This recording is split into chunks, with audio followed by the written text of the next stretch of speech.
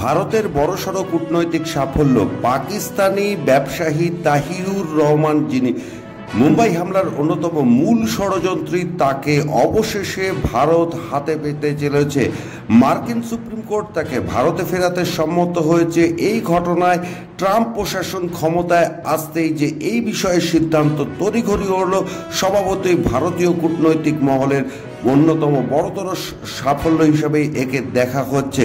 এই মুহূর্তের অন্যতম বড় খবর যে মুম্বাই হামলার অন্যতম মূল ষড়যন্ত্রী পাকিস্তানি ব্যবসায়ী তাহিউর রহমান রানাকে হাতে পাচ্ছে ভারত, এবং মার্কিন সুপ্রিম কোর্ট তাকে ভারতে প্রত্যার্পণ করতে নির্দেশ দিয়েছেন। ফলে এই ঘটনার সামনে আসতেই ভারতীয় কূটনীতিক মহলে এবং মুম্বাই হামলার মূল ষড়যন্ত্রকারী হিসেবে যে আগেই চিহ্নিত হয়েছিল ডেভিড হেডলি, এবং তারপরে এই তাহিউর রানাকে ভারতে ফেরালে এই ঘটনায় যে পাকিস্তানের যোগসাজশ আরও একবার প্রকাশ্যে চলে আসবে সে বিষয়ে মনে করছেন কূটনীতিবিদদের একাংশ। তবে এই হামলার, মুম্বাই হামলার অন্যতম মূল আইনজীবী উজ্জ্বল নিক্কম একে ভারতীয় কূটনীতির অন্যতম সাফল্য বলেই ব্যাখ্যা করছেন।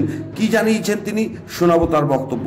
It's a great success for India, because finally the Supreme Court of America has dismissed the review petition of Tahaur Rana. I say it's a success for India because Tahaur Rana and David Headley are the close links behind the terror attack of 26th November. By extraditing Tahaur Rana, India will get also the more information and evidence in respect of the involvement of some of the Pakistani people, including the Pakistan security apparatus.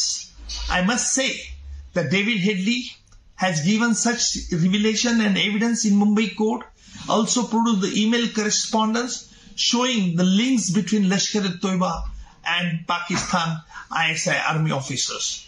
So I am very optimistic that Tahaur Rana extradition will give more evidence about the involvement of some of the security apparatus of Pakistan. আদালতে ইতিমধ্যেই তাহিউর রানা ভারতে প্রত্যার্পণ বিষয়ে যে আদালতের কাছে আবেদন জানিয়েছিলেন, এবং মার্কিন সুপ্রিম কোর্ট তাহিউর রানার সেই আবেদন প্রত্যাখ্যান করে তাকে অবিলম্বে ভারতে প্রত্যার্পণের নির্দেশ দিয়েছে। এবং ভারতে হাতে পেলে, তাহিউর রানাকে হাতে পেলে মুম্বাই হামলার বিষয়ে আরও তথ্য সামনে আসবে বিশ্বের দরবারের কাছে, এবং প্রমাণিত হবে কে বা কারা, বিশেষ করে কোন প্রতিবেশী দেশ ভারতে ঢুকে হামলার চক্রান্ত করেছিল এবং কিভাবে তাদের সরকারি প্রশাসনকে কাজে লাগিয়েছিল।